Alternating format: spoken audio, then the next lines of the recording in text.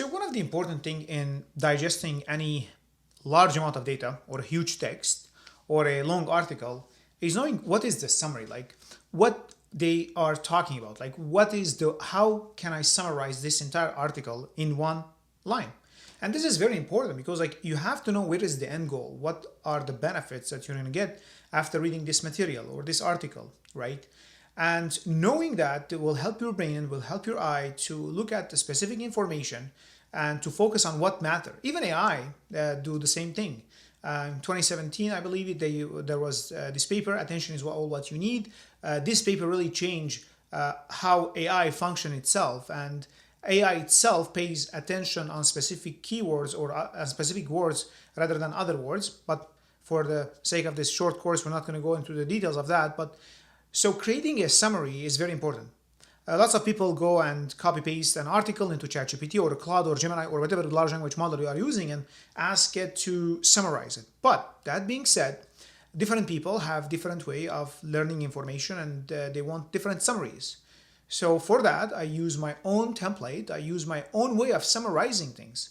For example, if I'm reading a research article, I have my own way of telling AI to summarize this research article for me, not only summarize it. And if I'm reading a paper or like I'm studying about, let's say, urothelial cancer or type of body or another type of body cancer, like let's say like lung cancer or colon cancer, for this type of article, I do have my own way of creating a summary. And for that, I use also other tools, a way that I save my own prompts, a way that I can access them easily.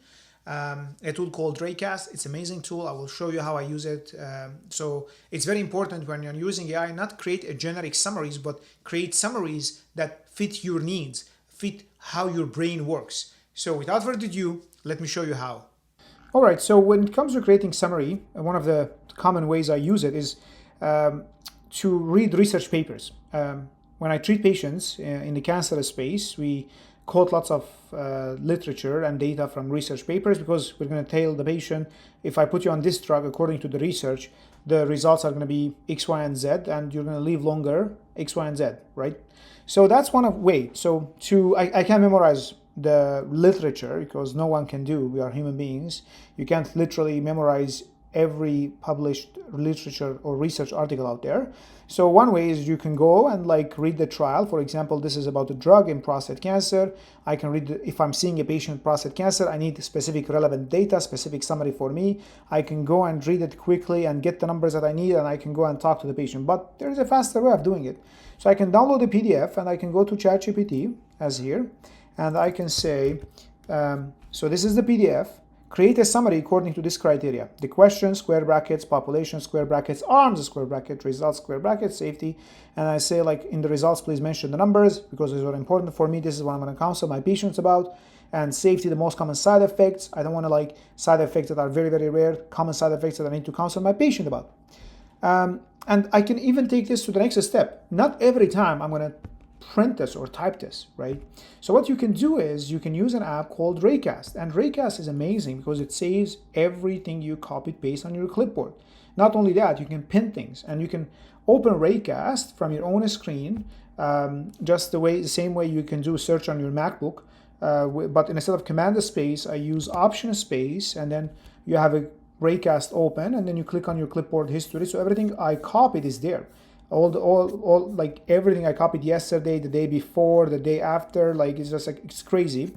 But you can pin things that you use frequently. For example, this prompt is pinned there, so that's where I send my prompts. So if I do double click here, so it's going to paste it here, so it's there.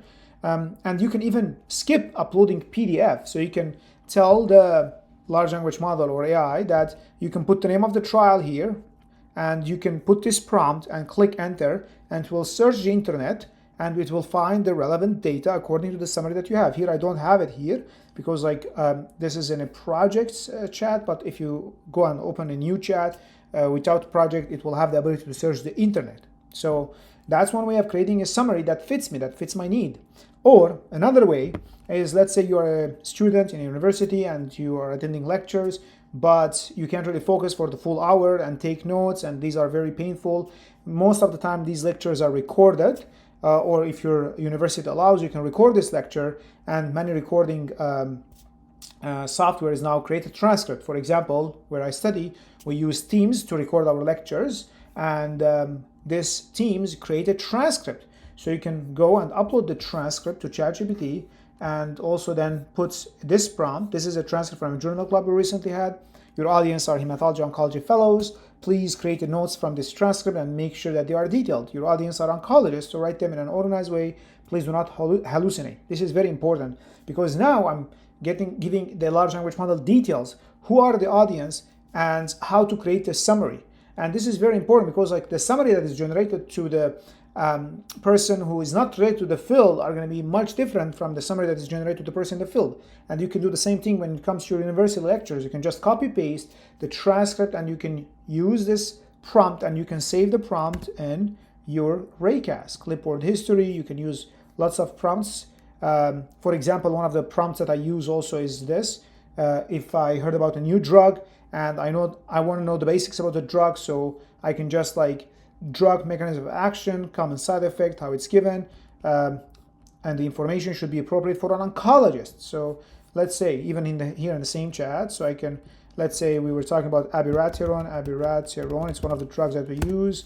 Clipboard history, drug mechanism of action. So now it's created a summary based on the data that I need. So I'm scrolling down because this is the summary of the, this is a notes that was created from the previous lecture, right? So this is something that, this is everything I want to know about the drug. So this is a summary that fits my educational needs, or it fits my work. I don't want every piece of data about this drug. I want a summary that I'm used to, that would help me to manage my patients in the clinic, or it will help me throughout my workflow, whatever your business or your job is.